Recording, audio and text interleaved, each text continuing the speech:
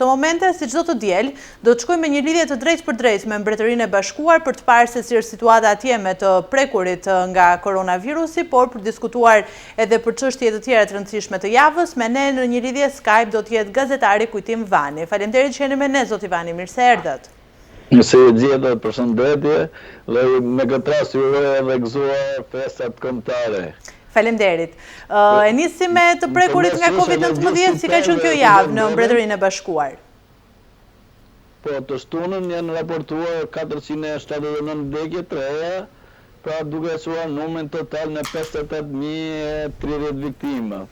Ndërsa për sa i përket numrit të infeksioneve, gjatë 24 orëve të fundit të rezulton të jetë në 15.871 raste, duke quar numrin në 605.172. Ndërsa shtrimet e reja në spital kapin një shifër për 1.451 të trajtuarve që edhe aty duke filluar që nga fillimi pandemia dhe deri sot janë trajtuar 214.255 raste. Si dihet, Anglia ka 3 mënyra të numërimit viktimave, dhe kështu që mendohet se numri viktimave do të jetë është më i lartë se sa numri që raporton qeveria, pasi qeveria i ndumon vdekjet duke u bazuar në testimet që kanë rezultuar pozitiv në 20 ditësin e fundit. Ndërsa Komisioni Kombëtar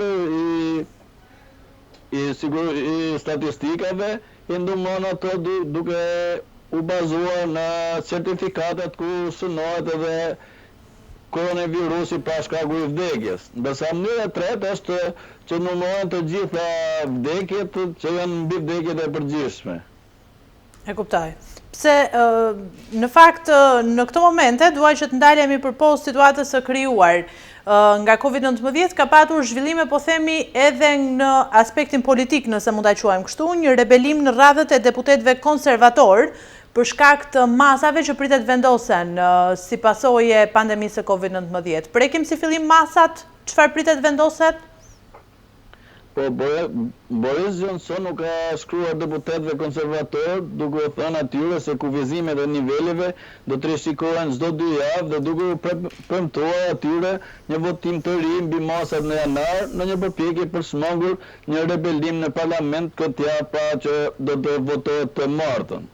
Kryeministri gjithashtu bëri thirrje kombit në një letër të veçantë për të mbështetur sistemin e niveleve dhe për të mos goditur sakrificat që ishin bërë.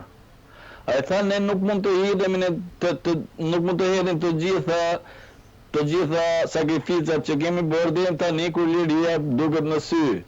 Ne kemi punuar shumë, kemi humur shumë, kemi sakrifikuar shumë, vetëm për përpjekjen tonë për të mos përjetuar një tjetër shpërthim vulkanik virusit. Rreth 80 deputet konservator të partisë Boris Johnson kanë deklaruar se do të votojnë kundër kur parlamenti do të votojë të martën për 3 nivelet e propozuar të kufizimit në Angli. Kjo ka bërë që kryeministri të kërkojë mbështetjen për votat e laboristëve për të marrë masat e tij, por opozita ende nuk ka dhënë një përgjigje që do ta mbështesë atë. Për këtë arsye, të shtunën në mbrëmje, pati edhe një përpjekje për të zbutur deputetët konservator të revoltuar. Në një letër drejtuar deputetëve të tij, zoti Johnson, në fakt, u lutet të japin atij mbështetje këtë javë në këmbim të një vote të re mbi kufizimet në fund të janarit. Sistemi i ri i nivelit Covid në Angli skadon me 3 shkurt, u ka thënë kryeministri deputetëve në përpjekje të parandaluar rebelimin e tyre në parlament.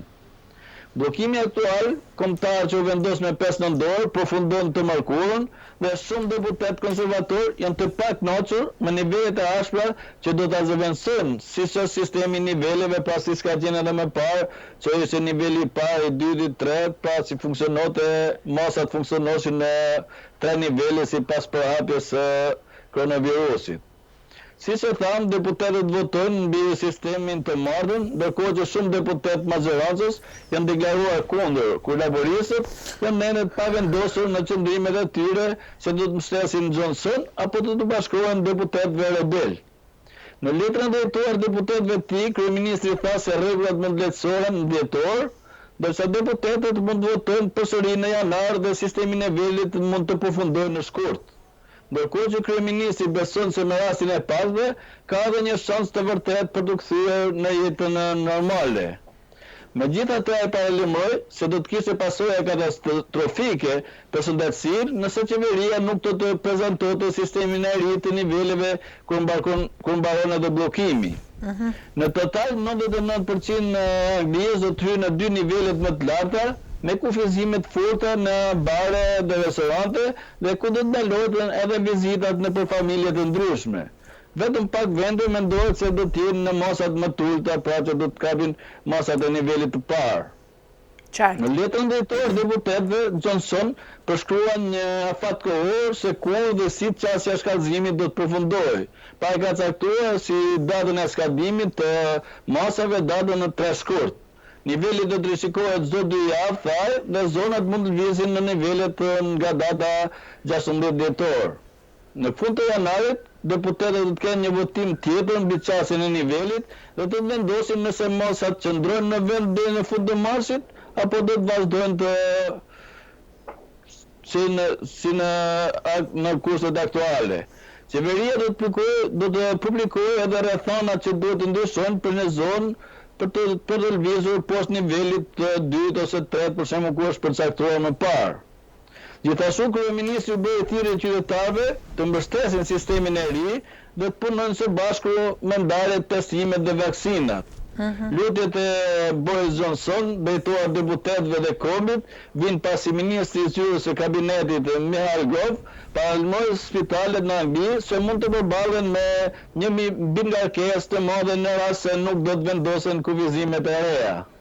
E kuptoj. Në fakt, sistemi i ri masave që pritet të vjetë në zbatim, në të gjitha rastet është më i fortë se sa masat aktuale që janë të vendosura?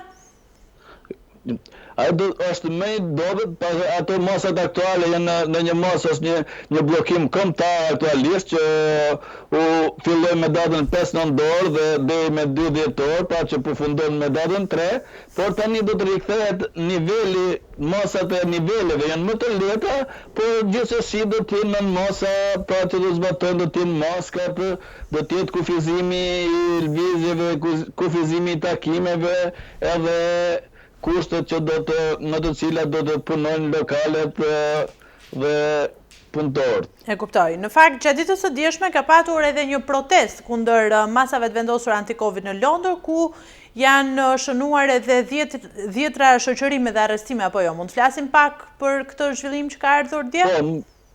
Po, më shumë se 150 persona janë arrestuar gjatë një proteste kundër bllokimit të pandemisë që u zhvillua këtu në Londër. Me qindra protestues ishin mbledhur në West End të Londrës, duke protestuar për kërkesat e tyre kundër masave, ku kërkonin liri dhe heqjen e masave që qeveria ka marrë me rregullat kundër koronavirusit. Disa prej protestuesve mbanin në duar pankarta me bishkrimet, gjithçka që duan për Krishtlindje është thimi lirisime. Hiqni maskat e fytyrës dhe stop duke na kontrolluar. Policia metropolitane tha se kishte qenë një ditë sfiduese, ajo tha se bëri arrestime për një numër të veprave të ndryshme penale, duke përfshirë skelet e kufizimeve të koronavirusit, sulmet ndaj forcave të urdhës, rendit publik, si dhe për përdorim dhe posedim droge. Pra, siç e tham, u arrestuan rreth 150 persona dhe vazhdojnë hetimet ndaj tyre.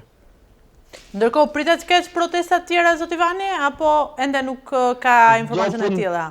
Pritet prapë se çdo fundjavë është bërë e zakonshme që njerëzit të dalin dhe të protestojnë për zbutjen ose për heqjen e masave. E kuptoj.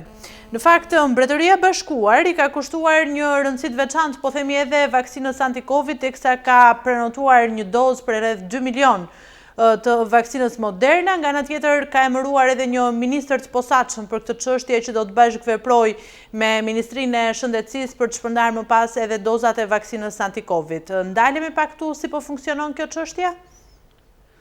Po, qeveria ka siguruar 2 milion doza të tjera të një vaksinë koronavirus nga firma amerikane Moderna, e cila ka treguar se është 95% efektive sipas provave të kryera.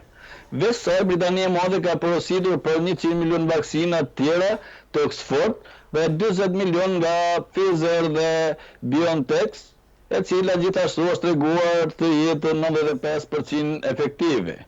Sekretari i Shëndetësisë Matt Hancock thanë ne jemi gati të vendosim një vaksinë nëse ata marrin miratimin nga rregullatori i ilaçeve, pra pasi të jepet leja, duke filluar me atë që do të përfitojnë më shumë.